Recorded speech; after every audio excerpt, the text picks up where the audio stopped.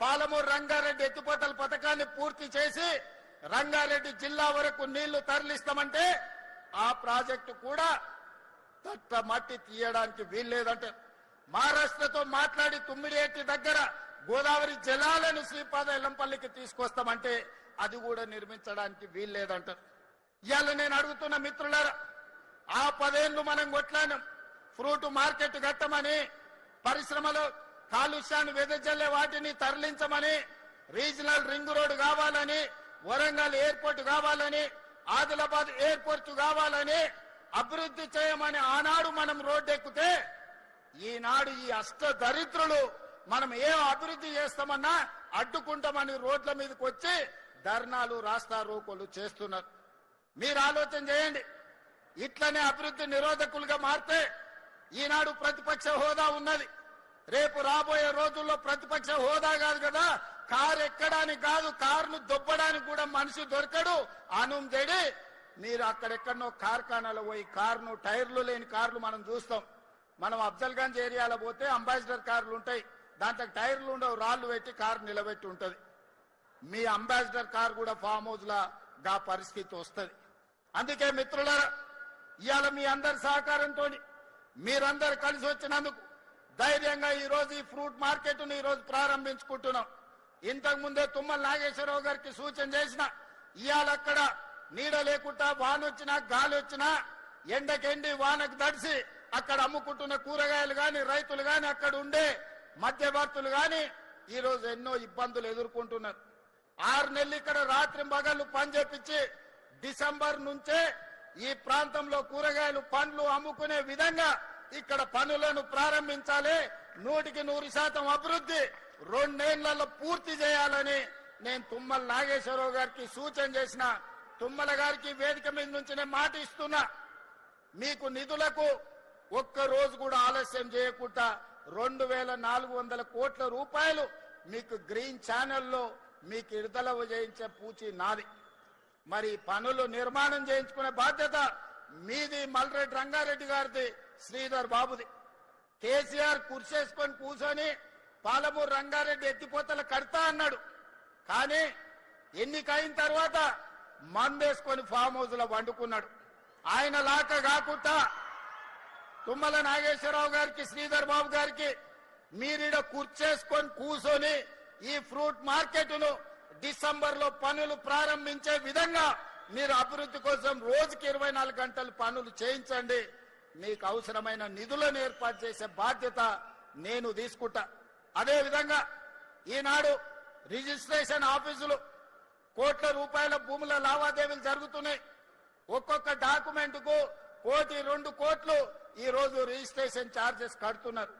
కానీ sub registrar ఆఫీస్కి పోతే కూర్చోనికే కూర్చుంటుందా ఒకసారి ఆలోచన చేయండి. గంటల కొద్దీ నిలబడితే కూర్చోవడానికి కుర్చీ ఉండదు. వయసు మీద పడ్డ వాళ్ళు బాత్రూమ్కి వెళ్దామంటే అక్కడ బాత్రూమ్ ఉండదు. ఆకలై ఛాయ్నో బిస్కెట్టో తినాలంటే అక్కడ క్యాంటీన్ ఉండదు. ఎక్కడనో శ్మశానానికి పోయినట్టు లేకపోతే ఎడారిలో మనకు ఏ దిక్కులేని దగ్గరకు పోయినట్టు ఉంటుంది sub registrar office.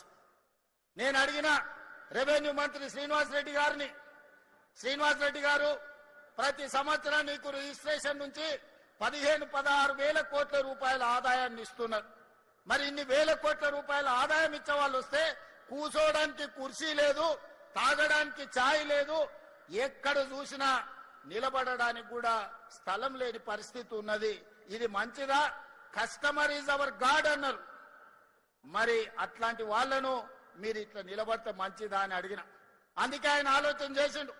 Outer ring road లోపల 39 సబ్ రిజిస్ట్రార్ కార్యాలయాలు ఉంటే వాటిని 12 క్లస్టర్స్ గా బ్రహ్మాండంగా ఏసీ గదులతోని ఎక్కడికి వెళ్ళినా 5 స్టార్ హోటల్కి వెళ్తే ఎలాంటి వసతులు ఉంటాయో ఈ రోజు రిజిస్ట్రేషన్ చేసుకోవడానికి వచ్చే వాళ్లకు అలాంటి వసతులతోని ఇవాళ ఇంటిగ్రేటెడ్ సబ్ రిజిస్ట్రార్ ఆఫీసులను డిజైన్ చేసి ఈ రోజు ఆ కార్యక్రమాన్ని కూడా ప్రారంభించుకున్నాం. అందుకే మిత్రులారా, అంతర్జాతీయ నగరం అని మనకు మనం గొప్పలు చెప్పుకుంటే సరిపోదు. అంతర్జాతీయ ప్రమాణాలతోనే అభివృద్ధి చేసుకున్నప్పుడే అంతర్జాతీయ నగరంగా మనకు గుర్తింపు వస్తుంది. అందుకే వాళ్ళు అడ్డం పడ్డా, కాళ్ళలో కట్టె పెట్టినా, శాపనార్థాలు పెట్టినా ఏడ్చినా పెడబొబ్బలు పెట్టినా చివరికి మూసిలో పడి పందులాక దొర్లినా వాళ్ళ ఏడుపు వినేది లేదు. మనం అభివృద్ధి చేసుకునేది చేసుకునుడే, మనం రీజనల్ రింగ్ రోడ్ వేసుకునుడే, రేడియల్ రోడ్డు నిర్మించుకునుడే, భారత్ ఫ్యూచర్ సిటీ కట్టుకునుడే, కోహెడా ఫ్రూట్ మార్కెట్ ను పూర్తి చేసుకునుడే. ప్రతి అవసరాన్ని దృష్టిలో పెట్టుకొని ఈ రోజు ఈ రాష్ట్రం యొక్క అవసరాలను తీర్చుకుంటూ ముందుకు వెళ్లాల్సిన బాధ్యత మన మీద ఉన్నది. అందుకే ఇవాళ మిత్రులారా మనం మంచి కార్యక్రమాలు చేసుకుంటున్నాం. మనల్ని చూసి ఏడ్చేటోళ్ళు ఎప్పుడు ఉంటారు. కడుపులో మంట ఉన్నోళ్ళు, అసూయ ఉన్నోళ్ళు వాళ్లకు అజీర్తి అవుతూనే ఉంటది. వాళ్ళని ఎవరిని పట్టించుకోవాల్సిన అవసరం లేదు. అందుకే ఈనాడు మంచి మంచి కార్యక్రమాలతో ముందుకు వచ్చినాం. వ్యవసాయాన్ని ఒకనాడు దండుగంటే వ్యవసాయాన్ని పండుగ చేసినాం. ఒకనాడు ఒరేసుకుంటే ఉరేసుకున్నట్టంటే ఈ రోజు ఒరేసుకున్న వాళ్లకు కనీసం మద్దతు ధరనే కాదు 500 రూపాయల బోనస్ ఇచ్చి దేశంలోనే అత్యధికంగా ఈ రబీ సీజన్ లో 1,41,000 మెట్రిక్ టన్నుల వరి ఉత్పత్తి చేసి దేశానికి ఆదర్శంగా నిలబడ్డాం. భారతదేశంలో ఉత్పత్తిలో 60% ఒక్క తెలంగాణ రాష్ట్రం నుంచే ఉత్పత్తి చేసి మన రైతుల యొక్క సత్తా చూపినాం. ఆ ఎల్లా ఏ ఊర్లో ఏ రైతు ఒడ్లు పండించినా ఇవి కాళేశ్వరం నీలే అని కూలేశ్వరరావు చెప్పేటోడు. మరి ఇలా కాళేశ్వరం కూలేశ్వరం అయిపోయి 3 ఏళ్ళు అయింది. సుక్క నీళ్లు కాళేశ్వరం నుంచి రాలే, సుక్క నీళ్లు గోదావరిలో లిఫ్ట్ చేయలే. మరి ఈరోజు దేశంలోనే అత్యధికంగా మనం వరి పండిస్తున్నాం కదా. ఇన్నాళ్ళు వాళ్ళు చెప్పింది అబద్ధమా కాదా ఒక్కసారి ఆలోచన చేయండి. 3 ఏళ్లలో 1,00,000 కోట్లు పెట్టి వాళ్ళే కట్టిండ్రు, వాళ్ళ కళ్ళ ముందరనే కూలిపోయింది. 1,00,000 కోట్ల రూపాయలు గోదావరిలో కొట్టుకుపోయినాయి. 1,00,000 కోట్ల ప్రజల సొమ్మును గోదావరిలో కలిపినోని అదే గోదావరిలో వాళ్ళకి తగ్గినం పెట్టాల్సిన అవసరం ఉందా లేదా ఒక్కసారి ఆలోచన చేయండి. నిన్న మన ఆయన తాటి చెట్టు లెక్క పెరిగిండు. ఎందుకంటే మనకు ఈ ప్రాంతంలో నల్గొండల, భువనగిరిలా లేకపోతే ఇబ్రాహీంపట్నంలో తాటి చెట్లు ఎక్కువ ఉంటాయి. తాటి చెట్టు ఇట్లా పెరుగుతుంది. తాటి చెట్టు ఎంత పెరిగితే తెలివి ఎక్కువ ఉన్నదని ఆయన అనుకుంటుండు. ప్రాజెక్టులు ఎట్లా కట్టాలో, లిఫ్టులు ఎట్లా మెయింటైన్ చేయాలో ఆయన మనకు లెటర్లు రాస్తున్నారు. నీ ముఖం 10 ఏళ్ళు నువ్వు అట్లా ఏడ్చినందుకే అది కాళేశ్వరం కాస్త కూలేశ్వరమైంది. నీ సలహాలు తీసుకుంటే ఇల్లు వీకి పందిరేసుకున్నట్టే ఉంటది. వెనకటికేవాడు చదువుకోక ముందు కాకరకాయ అన్నాడంట. ఈయనలాకటోడు తాటి చెట్టు అంత ఉన్నాడు, చదువుకున్నాక ఇది కాకరకాయ కాదు కీకరకాయ అని చెప్పిండంట. తెలివి ఎక్కువై ఇవాళ హరీష్ రావు గారి సూచనలు కూడా గట్లనే ఉన్నాయి మనకు. అందుకే అయ్యా హరీష్ రావు గారు, నీ దిక్కుమాలిన సలహాలు నీ మామకిస్తే నీ మామ నడువులు ఇరిగి ఫామ్ హౌస్ లో వండుకున్నాడు. ఇక నీ దిక్కుమాలిన సలహాలు మాకు తక్కువైనాయా? అందుకే నోరు మూసుకొని ఉండమని చెప్తున్నా. నువ్వు ఉండకపోయినా 94 నుంచి 2004 వరకు తెలుగుదేశం పార్టీ అధికారంలో ఉన్నది.